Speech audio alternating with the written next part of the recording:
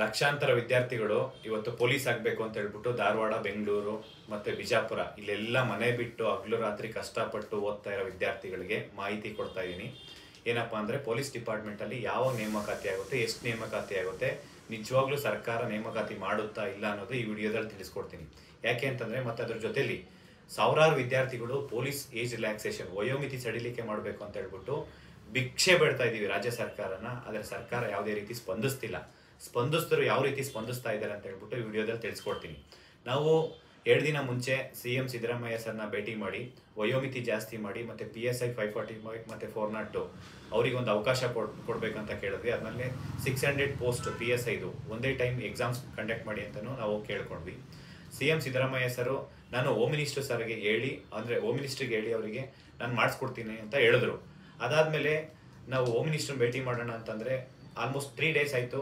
Home minister Parameshwar sir foreign ಹೋಗಿದ್ದಾರೆ, ಇನ್ನೂ ಬಂದಿಲ್ಲ. ಅವರು ಬಂದ್ ಕೂಡಲೇ ಮೀಟ್ ಮಾಡೋಣ ಅಂತ ಹೇಳ್ಬಿಟ್ಟು ಇವತ್ತು ನಾಳೆ ನೋಡ್ತಾ ಇದ್ವಿ. ಇವತ್ತು ಇನ್ನೂ ಬಂದಿಲ್ಲ, ಮೇ ಬಿ ನಾಳೆನೂ ಬರಲ್ಲ ಅನ್ಕೊಂತೀನಿ. ನಾಳೆ ಇಲ್ಲ ನಾಳೆ ಸಿಗ್ಬೋದು. ಅದಾದ್ಮೇಲೆ ಇವತ್ತು ನಾವು ಅಲ್ಲಿಂದ ಸೀದಾ ಏನಪ್ಪಾ ಅಂತಂದ್ರೆ ನಿನ್ನೆ ಎಲ್ಲ ಮೊನ್ನೆನೆ ADGP ಮತ್ತೆ DGP ಉಮೇಶ್ ಕುಮಾರ್ ಸರ್ ಭೇಟಿ ಮಾಡಿದ್ವಿ. ಮತ್ತೆ ADGP ಅನುಚೇತನ್ ಸರ್ ಭೇಟಿ ಮಾಡಿ ಈ ಒಂದು ರೆಕ್ರೂಟ್ಮೆಂಟ್ ಬಗ್ಗೆ ವಯೋಮಿತಿ ಜಾಸ್ತಿ ಮಾಡಿ ರೆಕ್ರೂಟ್ಮೆಂಟ್ ಬಗ್ಗೆ ಕೇಳಿದ್ವಿ. ಅವರು ನಾವು ಗೌರ್ಮೆಂಟ್ ಏನು ಮಾಡ್ತಾರೋ ಅದನ್ನ ನಾವು ಎಕ್ಸಿಕ್ಯೂಟ್ ಮಾಡೋದಷ್ಟೇ ಅಂತ ಹೇಳಿದ್ರು. ನೀವು ಏನಾದರೂ ಚೇಂಜಸ್ ಮಾಡಬೇಕು, ಅಮೆಂಡ್ ಮಾಡೋದು, C&R ಅದೆಲ್ಲ ಚೇಂಜಸ್ ಮಾಡೋದಿರುತ್ತೆ ವಯೋಮಿತಿಗೆ. ನೀವು ಹೋಮ್ ಮಿನಿಸ್ಟರ್ ಮತ್ತೆ DG ಮತ್ತೆ DG ಅಂಡ್ IGP ಮೀಟ್ ಮಾಡಿ ಅಂತ ಹೇಳಿದ್ರು. ನಾವು ಇವತ್ತು ನಾವು ಟೈಮ್ ತಗೊಂಡಿದ್ವಿ. DG ಮತ್ತೆ IGP ಸರ್ಗೆ ಭೇಟಿ ಮಾಡಿದ್ವಿ, ಸಲೀಂ ಸರ್ಗೆ. ಅವ್ರ ಹತ್ರ ನಾವು ಮಾಹಿತಿ ಕಲೆಕ್ಟ್ ಮಾಡಿದಾಗ ತುಂಬಾ ಹೊತ್ತು ಚರ್ಚೆ ಮಾಡಿದ್ವಿ. ಅಂದ್ರೆ ಈ ಒಂದು ರೆಕ್ರೂಟ್ಮೆಂಟ್ ವಿಚಾರವಾಗಿ ವಯೋಮಿತಿ ಬಗ್ಗೆ ಫಸ್ಟ್ ಕೇಳಿದ್ವಿ. ಪೊಲೀಸ್ ಕಾನ್ಸ್ಟೇಬಲ್ ವಯೋಮಿತಿ ನಿಜವಾಗ್ಲೂ ಆಗುತ್ತಾ, ಅಂದ್ರೆ ಎಷ್ಟಾಗುತ್ತೆ? ನಾವು ಅವರಿಗೆ ಮನವಿ ಮಾಡ್ಕೊಂಡಿದ್ದು 33 ಇಯರ್ಸ್ SC ST OBCಗೆ, ಜನರಲ್ ಮೆರಿಟ್ಗೆ 30 ಇಯರ್ಸ್ ಬೇಕು ಅಂತ ಹೇಳಿ.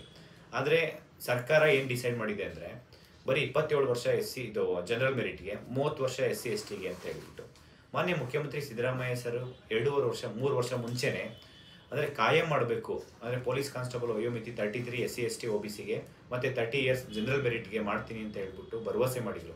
ಆ ಒಂದು ಭರವಸೆಯಿಂದ ಸಾವಿರಾರು ವಿದ್ಯಾರ್ಥಿಗಳು ಮನೆಗೆ ಹೋಗ್ದಿರಾ, ಬೇರೆ ಕೆಲಸ ಮಾಡ್ದಿರಾ ಇಲ್ಲೇ ಕಷ್ಟಪಟ್ಟು ಓದ್ತಾ ಇದ್ದಾರೆ. ಆದ್ರೆ ಇವತ್ತು ರಾಜ್ಯ ಸರ್ಕಾರ ಮತ್ತೆ home minister Parameshwar sir, DG ಮತ್ತೆ IGP ಅವರೆಲ್ಲ ಡಿಸೈಡ್ ಮಾಡ್ಕೊಂಡು ಎಷ್ಟು ಡಿಸೈಡ್ ಮಾಡಿದ್ದಾರೆ ಅಂದ್ರೆ ಬಂದ್ಲಿ 2 ವರ್ಷ, ಜನರಲ್ ಮೆರಿಟ್ಗೆ 2 ವರ್ಷ, SC ST ಮತ್ತೆ OBCಗೆ ಬರೀ 3 ವರ್ಷ ಕೊಟ್ಟಿದ್ದಾರೆ. ಇಷ್ಟಾದ್ರೆ ನಿಜವಾಗ್ಲೂ ಸಾಕಾಗುತ್ತಾ? ನಾವು ಹೇಳಿದ್ವಿ ಸುಮಾರು 6 ವರ್ಷದಿಂದ ಯಾವುದೇ ನೇಮಕಾತಿ ಆಗ್ತಾ ಇಲ್ಲ. ಆದ್ರೂ ಕೂಡ 2022 ಅಲ್ಲಿ ಸ್ವಲ್ಪ ಪೋಸ್ಟ್ ಅಷ್ಟೇ ಕರೆದಿದ್ದಾರೆ. ಲಾಸ್ಟ್ 3 ವರ್ಷ ಅಂತಂದ್ರೆ ನೀವು ರೆಕ್ರೂಟ್ಮೆಂಟ್ ಸ್ಟಾರ್ಟ್ ಆಗೋದೇ 1 ವರ್ಷ ಆಗುತ್ತೆ. ಮಿನಿಮಮ್ 33 ಇಯರ್ಸ್ 33 ಇಯರ್ಸ್ ಮಾಡ್ಬೇಕಂತ ಹೇಳ್ಬಿಟ್ಟು ನಾವು ರಿಕ್ವೆಸ್ಟ್ ಮಾಡ್ಕೊಂಡ್ವಿ. ಆದ್ರೆ ಅವರು ಪೊಲೀಸ್ ಡಿಪಾರ್ಟ್ಮೆಂಟ್ ಅಲ್ಲಿ ಲಾ ಅಂಡ್ ಆರ್ಡರ್ ಮೇಂಟೈನ್ ಮಾಡ್ಬೇಕಂತಂದ್ರೆ ನಮಗೆ ಯಂಗ್ ಅಂಡ್ ಎನರ್ಜೆಟಿಕ್ ಆಗಿರೋರು ಬೇಕು ಅಂತ ಹೇಳಿದ್ರು. ನಾವು ರಿಕ್ವೆಸ್ಟ್ ಮಾಡ್ಕೊಂಡಿದ್ದೇನಪ್ಪ ಅಂದ್ರೆ ನೆರೆಹೊರೆ ರಾಜ್ಯಗಳಿಗೆ ಮಹಾರಾಷ್ಟ್ರ ಮತ್ತು ಆಂಧ್ರ ಪ್ರದೇಶ್ ಕಂಪೇರ್ ಮಾಡಿದ್ರೆ ನಮ್ಮ ಕರ್ನಾಟಕ ತುಂಬ ಲೋಯೆಸ್ಟ್ ಇದೆ. ಅಲ್ಲೆಲ್ಲ 33-35 ಇಯರ್ಸ್ ಇದೆ. ನಾನು ಸ್ಟೂಡೆಂಟ್ಸ್ ಅಲ್ಲಿ ಏನಪ್ಪ ಅಂದರೆ ಎಲ್ಲರೂ ಒಗ್ಗಟ್ಟಾಗಿ ಪ್ರತಿಭಟನೆ ಮಾಡಿದ್ರೆ ಮಾತ್ರ ಈ ಒಂದು ವಯೋಮಿತಿ ಆಗುತ್ತೆ. ಇಲ್ಲ ಅಂತಂದರೆ ನಾವೇನೇ ಹೋರಾಟ ಮಾಡಿದ್ರು ಸರ್ಕಾರದಲ್ಲಿ ಹೋಮ್ ಮಿನಿಸ್ಟರ್ ಪರಮೇಶ್ವರ್ ಸರ್ ಅವರು ಸರ್ಕಾರದ ವಿರುದ್ಧನೇ ನಾವು ಪ್ರಶ್ನೆ ಮಾಡಬೇಕಾಗುತ್ತೆ. ಏನೇ ಚೇಂಜಸ್ ಮಾಡಬೇಕಾದ್ರೂ ಸರ್ಕಾರದಲ್ಲೇ ನಾವು ಪ್ರಶ್ನೆ ಮಾಡಿ ನಮ್ಮ ರೈಟ್ಸ್ನ ನಾವು ಕೇಳ್ಕೊಬೇಕಾಗುತ್ತೆ. ಮತ್ತು ಇನ್ನೊಂದೇನಪ್ಪ ಅಂದರೆ ಈ ಒಂದು ತಿದ್ದುಪಡಿ ಆಗಬೇಕು, ವಯೋಮಿತಿ ತಿದ್ದುಪಡಿ ಆಗಬೇಕಂತಂದರೆ ಕ್ಯಾಬಿನೆಟಲ್ಲಿ ಅಸೆಂಬ್ಲಿಯಲ್ಲಿ C&R ರೂಲ್ ಚೇಂಜ್ ಆಗಬೇಕು ಅಂತ ಹೇಳ್ತಿದ್ದಾರೆ. ಆ C&R ರೂಲ್ ಚೇಂಜ್ ಆಗಬೇಕಂತಂದರೆ ಇಟ್ ವಿಲ್ ಟೇಕ್ ಅಂದರೆ ಅವರು ಸರ್ಕಾರ ಮನ್ಸು ಮಾಡಿದ್ರೆ 1 ವೀಕಲ್ಲಿ ಆಗ್ಬೋದು, 1 ಮಂತ್ ಆದರೂ ಆಗ್ಬೋದು. ಇಲ್ಲಿ 6 ಮಂತ್ ಆದರೂ ಆಗಲ್ಲ ಅಂತ ಹೇಳ್ತಿದ್ದಾರೆ. ನೆಕ್ಸ್ಟ್ 6 ಮಂತ್ ಆದರೂ ಆಗ್ಬೋದು, 1 ವರ್ಷ ಆದರೂ ಆಗ್ಬೋದು. ಈ ಲೆಜಿಸ್ಲೇಟಿವ್ ಅಸೆಂಬ್ಲಿಲಿ ಪಾಸ್ ಮಾಡಬೇಕು, ಬಿಲ್ ಪಾಸ್ ಮಾಡಬೇಕು, C&R ರೂಲ್ ಅಮೆಂಡ್ ಮಾಡಬೇಕು, ಈ ಥರ ಎಲ್ಲ ಹೇಳ್ತಿದ್ದಾರೆ. 6 ಮಂತ್ ಅಂತಂದರೆ ಯೋಚನೆ ಮಾಡಿ, ಲಕ್ಷಾಂತರ ವಿದ್ಯಾರ್ಥಿಗಳು ಲಾಸ್ಟ್ 1.5 ವರ್ಷದಿಂದ ಯಾವುದೇ ನೋಟಿಫಿಕೇಶನ್ ಆಗಿಲ್ಲ. ಒಂದು ಏಜ್ ರಿಲ್ಯಾಕ್ಸೇಷನ್ಗೆ ಒಂದು ನೋಟಿಫಿಕೇಶನ್ ಮಾಡಬೇಕಂದ್ರೆ ಇಷ್ಟು ಡಿಲೇ ಮಾಡ್ತಿದ್ದಾರೆ ಅಂತಂದರೆ ಸ್ಟೂಡೆಂಟ್ಸ್ ಎಲ್ಲ ಒಗ್ಗಟ್ಟಾದರೆ ಮಾತ್ರ ಆಗುತ್ತೆ. ಮತ್ತು ಇನ್ನೊಂದು ವಿಚಾರ ಏನಂದರೆ PSI ನೋಟಿಫಿಕೇಶನ್ ಆಗುತ್ತೆ ಅಂತ ಎಲ್ಲ coaching institute test series classes ಎಲ್ಲ ಸ್ಟಾರ್ಟ್ ಮಾಡಿದ್ದಾರೆ. ಆದರೆ ಇಲ್ಲಿ ಸರ್ಕಾರದಲ್ಲಿ ನಾವು ಖುದ್ದಾಗಿ DG ಮತ್ತು IGP ಸರ್ ಭೇಟಿ ಮಾಡಿದಾಗ ಅವ್ರು ಹೇಳಿದ್ದೇನಪ್ಪ ಅಂತಂದರೆ ಈ ವರ್ಷ PSI ನೋಟಿಫಿಕೇಶನ್ ಯಾವುದೇ ಕಾರಣಕ್ಕೂ ಆಗಲ್ಲ ಅಂತ ಹೇಳಿದ್ರು. ಫೈನಾನ್ಷಿಯಲ್ ಡಿಪಾರ್ಟ್ಮೆಂಟ್ ಇನ್ನೂ 600 ನೋಟಿಫಿಕೇಶನ್ ಅಂದರೆ ವೇಕೆನ್ಸಿ ಅಪ್ರೂವಲ್ಲೇ ಆಗಿಲ್ಲ ಅಂತ ಹೇಳ್ತಿದ್ದಾರೆ.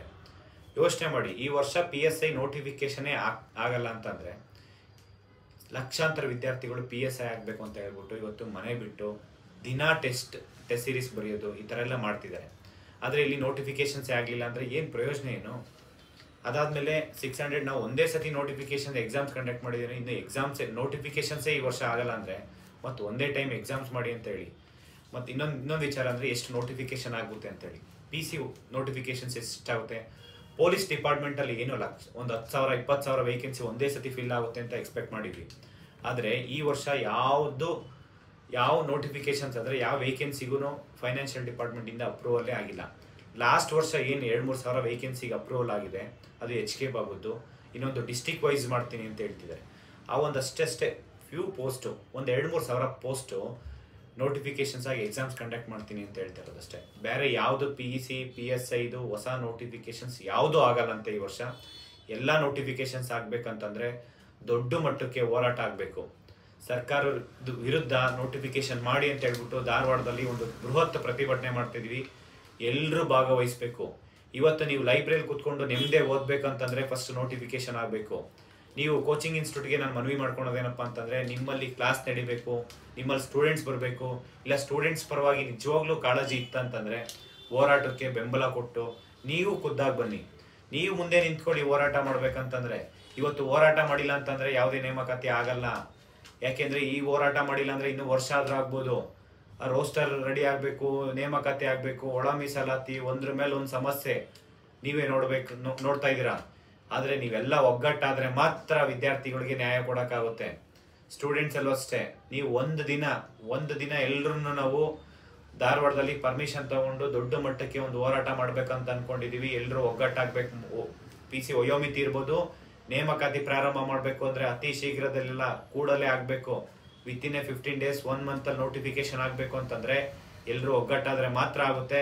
ಇಲ್ಲಾಂದರೆ ಈ ವರ್ಷ ಯಾವ ನೋಟಿಫಿಕೇಶನ್ಸು ಆಗಲ್ಲ. ದಯವಿಟ್ಟು ಅರ್ಥ ಮಾಡಿಕೊಂಡು ಎಲ್ಲರೂ ಯುನೈಟ್ ಆಗಿ. ಮತ್ತೆ ನಾನು ಕೇಳ್ಕೊತೀನಿ ರಿಕ್ವೆಸ್ಟ್, ಒಂದು ದಿನ ನೀವೆಲ್ಲ ಯುನೈಟ್ ಆದ್ರಿ ಅಂದರೆ ಎಲ್ಲನೂ ಚೇಂಜಸ್ ಆಗುತ್ತೆ. ಏನೇ ಚೇಂಜಸ್ ಆಗಬೇಕಂದ್ರೆ ಅದಕ್ಕೆ ನೀವೇ ಕಾರಣ ಇರ್ತೀರಾ. ಚೇಂಜಸ್ ಆಗದೆ ಇರೋದಕ್ಕೂ ನೀವೇ ಕಾರಣ, ಚೇಂಜಸ್ ಆಗಬೇಕಂದ್ರೂ ನೀವೇ ಕಾರಣ. ದಯವಿಟ್ಟು ಎಲ್ಲರೂ ಒಗ್ಗಟ್ಟಾಗಿ. ಮತ್ತು ಇನ್ನೊಂದೇನಪ್ಪ ಅಂದರೆ 3A 3Bಗೂ ಅಷ್ಟೇ. ಈಗ ಆಲ್ರೆಡಿ ವಿಲೇಜ್ ಅಕೌಂಟೆಂಟಲ್ಲಿ ಮೋಸ ಆಗಿದೆ, KS ನೋಟಿಫಿಕೇಶನ್ ಮೋಸ ಆಗಿದೆ. ಇದರಲ್ಲೂ ಅಷ್ಟೇ ಮುಂದೆ ಆಗ ನೋಟಿಫಿಕೇಶನ್ಸ್ ಎಲ್ಲ ಜಿಲ್ಲಾವಾರು ಮಾಡ್ತಿದ್ದಾರೆ. ನೀವು ಕೇಳ್ತಾ ಇರೋದು ರಾಜ್ಯವಾರು ಮಾಡಬೇಕು ಅಂತೇಳಿ, ಎಲ್ಲರಿಗೂ ಅನುಕೂಲ ಆಗುತ್ತೆ ಅಂತೇಳಿ.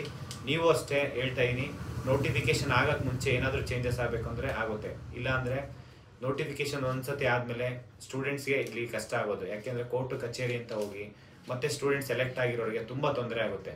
ಸರ್ಕಾರ ಇದನ್ನೆಲ್ಲ ಈ ಕೂಡಲೇ ಒಂದು ಮೀಟಿಂಗ್ ಕರೆದು ಏನೆಲ್ಲ ವಿದ್ಯಾರ್ಥಿಗಳ ಸಮಸ್ಯೆ ಇದೆ ಅದನ್ನು ಬಗೆಹರಿಸಿ. ಮತ್ತು ಅದ್ರ ಜೊತೆ ಏನಪ್ಪ ಅಂದರೆ ನೀವೇನು ಕ್ಯಾಬಿನೆಟಲ್ಲಿ ಚರ್ಚೆ ಮಾಡಿ 4ನೇ ತಾರೀಕು ಒಂದು ಆರ್ಡ್ರ್ ಮಾಡಿದಿರಲ್ಲ, ಆ ಆರ್ಡ್ರ್ ಬಗ್ಗೆ ನಿಜವಾಗ್ಲೂ ನಿಮಗೆ ಕಾಳಜಿ ಇದೆ, ವಿದ್ಯಾರ್ಥಿಗಳ ಬಗ್ಗೆ ಕಾಳಜಿ ಇದ್ದರೆ ಆ ಆರ್ಡ್ರ್ ವಿದ್ಯಾರ್ಥಿಗಳ ಪರವಾಗಿ ಆರ್ಡ್ರ್ ವಾಪಸ್ ತಗೊಂಡು ವಿದ್ಯಾರ್ಥಿಗಳಿಗೆ ಅನುಕೂಲ ಆಗೋ ರೀತಿ ಆರ್ಡ್ರ್ ಮಾಡಿ. ಈ ಒಳ ಮೀಸಲಾತಿ ಏನು ಅನ್ಯಾಯ ಆಗಿದೆಯಲ್ಲ, ಒಳ ಮೀಸಲಾತಿ ಅಪ್ಲೈ ಮಾಡಿ. ಯಾವ ರೀತಿ ಮಾಡ್ತೀರಾ ಅಂತಂದರೆ ವಿದ್ಯಾರ್ಥಿಗಳಿಗೆ ಅನುಕೂಲ ಆಗೋ ರೀತಿ ಮಾಡಿ. ಎಕ್ಸಾಮ್ ಕ್ಯಾನ್ಸಲ್ ಮಾಡೋದು ಈ ಥರ ಎಲ್ಲ ಯಾವುದೇ ಕಾರಣಕ್ಕೂ ಮಾಡಬೇಡಿ. ಪ್ರಾಮಾಣಿಕವಾಗಿ ಕಷ್ಟಪಟ್ಟು ಓದ್ತಾ ಇರೋ ವಿದ್ಯಾರ್ಥಿಗಳಿಗೆ ತೊಂದರೆ ಆಗ್ತಾ ಇದೆ. ಆ ರೀತಿ ಮಾಡಬಾರ್ದು ಅಂತ ನಾನು ಸರ್ಕಾರಕ್ಕೆ ಮನವಿ ಮಾಡ್ಕೊತೀನಿ. ಇಲ್ಲ ಅಂತಂದರೆ ನೀವು ಮಾಡಿಲ್ಲ ಅಂತಂದರೆ ದಯವಿಟ್ಟು ನಿಮ್ಮ ಸರ್ಕಾರದ ವಿರುದ್ಧ ನಾವು ದೊಡ್ಡ ಮಟ್ಟಕ್ಕೆ ಹೋರಾಟ ಮಾಡ್ತೀವಿ. ವಿದ್ಯಾರ್ಥಿಗಳು ಹಿತದೃಷ್ಟಿಯಿಂದ ವಿದ್ಯಾರ್ಥಿಗಳು ಒಳ್ಳೇದಾಗಬೇಕು. ಯಾಕೆಂದರೆ ಅವರು ನಿಮಗೆ ಗೊತ್ತಿಲ್ಲ ಅವ್ರು ಎಷ್ಟು ಕಷ್ಟಪಡ್ತಿದ್ದಾರೆ ಅಂತ ಹೇಳಿ. ಅವರು ಯಾವುದೇ ಒಂದು ಫಂಕ್ಷನ್ಗೆ ಹೋಗ್ತಾ ಇಲ್ಲ, ಮತ್ತು ಏನಾದರೂ ಒಂದು ಫ್ರೆಂಡ್ಸ್ ಕಾರ್ಯಕ್ರಮಕ್ಕೆ ಹೋಗ್ತಾ ಇಲ್ಲ. ಇಲ್ಲಿ ಒಂದು ಫ್ರೀಯಾಗಿ ಒಂದು ಟೈಮ್ ಊಟ ಸಿಗುತ್ತೆ ಅಂತಂದರೆ 1000 ಜನ ಊಟ ಮಾಡ್ತಾರಲ್ಲಿ. ಅಂಥದ್ರಲ್ಲಿ 100 ಗ್ರೂಪ್ಸ್ ಇದ್ದಾವೆ, ಅಂದರೆ ವಾಟ್ಸಪ್ ಗ್ರೂಪ್ ಇದ್ದಾವೆ. ಎಲ್ಲಿ ಊಟ ಸಿಗುತ್ತೋ ಅಲ್ಲಿ ಊಟ ಮಾಡೋಂಥ ಪರಿಸ್ಥಿತಿ ಬಂದಿದೆ. ಅದಕ್ಕೆಲ್ಲ ಯಾರು ಜವಾಬ್ದಾರಿ ಅಂದರೆ ಸರ್ಕಾರ ಕೂಡಲೇ ಇದನ್ನು ಗಂಭೀರವಾಗಿ ಪರಿಗಣಿಸಿ ವಿದ್ಯಾರ್ಥಿಗಳ ಸಮಸ್ಯೆ ಬಗೆಹರಿಸಬೇಕು. ಇಲ್ಲಾಂದರೆ ಅಕ್ಸ ಸಂಘಟನೆಯಿಂದ ದೊಡ್ಡ ಮಟ್ಟಕ್ಕೆ ಹೋರಾಟ ಮಾಡ್ತೀವಿ. ದಯವಿಟ್ಟು ಸರ್ಕಾರ, ನಾನು ಮತ್ತೊಮ್ಮೆ ಎಲ್ಲ ವಿದ್ಯಾರ್ಥಿಗಳ ಪರವಾಗಿ ಕೇಳ್ಕೊತೀನಿ, ವಿದ್ಯಾರ್ಥಿಗಳ ಸಮಸ್ಯೆನ ಕೂಡಲೇ ಬಗೆಹರಿಸ್ಬೇಕಂತ ಕೇಳ್ಕೊತೀನಿ. ಥ್ಯಾಂಕ್ ಯು, ನಮಸ್ಕಾರ.